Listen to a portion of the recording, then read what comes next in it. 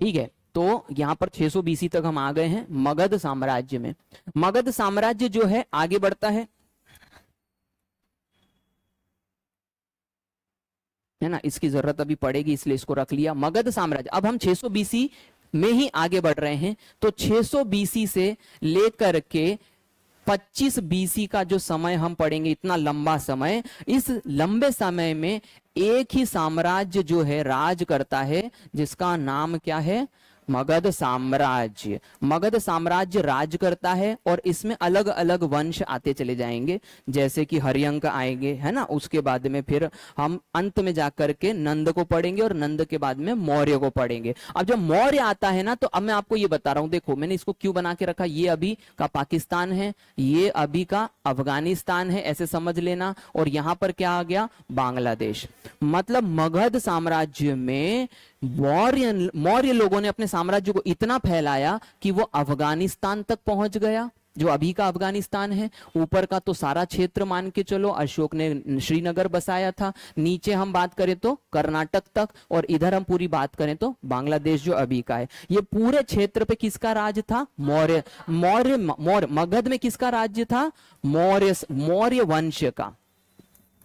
तो साम्राज्य का मतलब क्या हो गया, ऐसे समझ लो देश, और वंश का मतलब उसमें सरकार। अरे आया कि नहीं, तो सरकारें बदलती रहेगी। तो मगध साम्राज्य में मौर्य वंश जो है वो लगभग हम मानेंगे 322 बीसी से इसका कालखंड जो रहेगा वो 185 बीसी के कालखंड, इस 600 से 25 के बीच में मौर्य वंश यानी ये सरकार इतने साल तक चली। और इसमें जो हम पढ़ेंगे चंद्रगुप्त को पढ़ेंगे, आ रहा है कि नहीं समझ में, और इसमें सबसे बड़े राजा को पढ़ेंगे जिसका नाम है अशोक।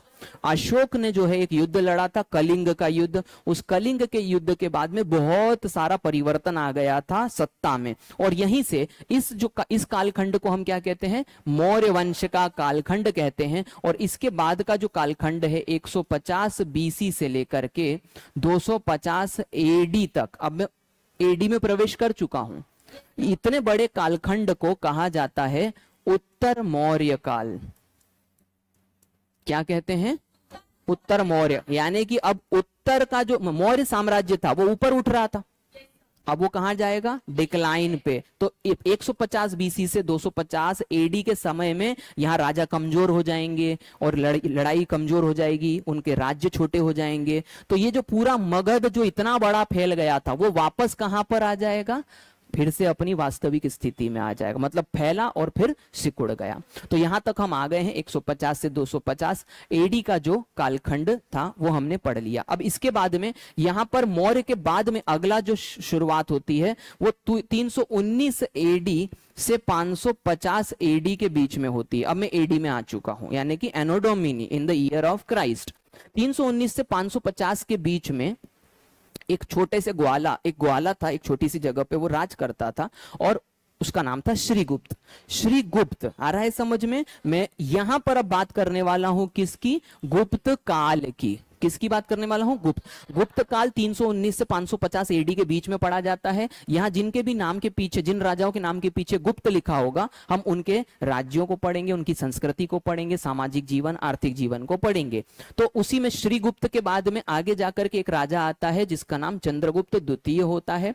उसके साम्राज्य को वो क्या करता है, बहुत ज्यादा फैलाता है। और मौर्य के बाद में अगला कालखंड जो था वो गुप्तों का था।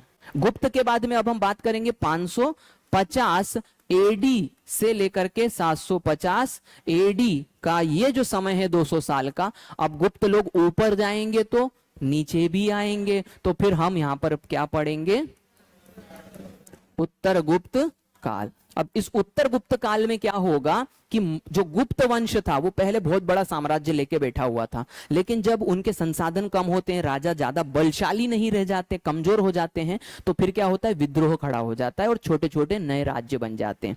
तो यहां पर हम जब उत्तर गुप्त काल को पढ़ेंगे तो हम मैत्रक वंश को पढ़ेंगे, हम पुष्यभूति वंश को पढ़ेंगे, है ना, मौखरी वंश को पढ़ेंगे, यशोधर्मन को पढ़ेंगे। ये बड़े राजाओं के वंशों को हम पढ़ेंगे इस कालखंड में, इन 200 सालों में, है ना। इसके बाद में 750 एडी आ चुका है। आपको ध्यान में आया 750 एडी, यहां पर प्राचीन भारत हमारा क्या हो गया है, खत्म हो गया है। यहां तक हम इस व्यवस्था के हिसाब से पढ़ेंगे। 750 एडी के बाद में शुरुआत हो जाती है किसकी, मध्य भारत के इतिहास की, और यहां से एक नई कहानी शुरू होती है। अब यहां पर हम अगले पन्ने पर जाते हैं और मध्य भारत को पढ़ेंगे। सभी को समझ में आ रहा है? अच्छा है। मध्य भारत की यदि हम बात करें तो इसके कालखंड को हमने कहा था कि 750 एडी से लेकर के 1707 एडी के कालखंड को हम मध्य भारत का कालखंड कहेंगे। 1750 यानी कि 750 में आते हुए आपने समझ लिया कि यहां पर छोटे छोटे बहुत सारे वंश बन जाएंगे। अब इसमें एक राजा का मैं उल्लेख करता हूं क्योंकि वो अकेले राजा ने अपने आप को इतिहास में दर्ज करवाया बहुत बड़े बड़े काम करके। तो 606 एडी से 647 एडी के बीच में, इसी बीच में एक राजा होता है जिसका नाम है हर्षवर्धन। क्या नाम है? हर्षवर्धन। ये हर्षवर्धन इतना प्रतापी राजा होता है कि ये अपने आप के नाम पर एक, इसको काल के रूप में पढ़ना पड़ता है, हर्षवर्धन काल। इसने बहुत सारे बदलाव करे, बहुत सारे ऐसे बदलाव किए जिसे ऐतिहासिक रूप से आज तक देखा जाता है, जिसमें हम महाकुंभ कहते हैं। कुंभ हुआ था, कहा जाता है ऐतिहासिक रूप से कि उस कुंभ की शुरुआत जो है वह मतलब ऐतिहासिक रूप से किसने करी थी? हर्षवर्धन ने अपना धर्म अपनाया था उसने, और धर्म के आधार पे फिर उसने धर्म अपनाने के वक्त बहुत बड़ी एक सभा करी थी जो कि प्रयाग में करी थी। पहले इलाहाबाद के नाम से जाना जाता था, फिर वापस नाम प्रयाग हो गया, वो यहीं से हुआ है। आ रहा है समझ में? इसके कनेक्शन को जोड़ेंगे तो बोले सर इसको क्यों बीच में आप ले रहे हो? क्योंकि जब हम भारत में बात करते हैं, उदाहरण के तौर पर यदि मैं इसको थोड़ा छोटा करता हूं पहले और यहां पर ही समझाने की कोशिश करता हूं,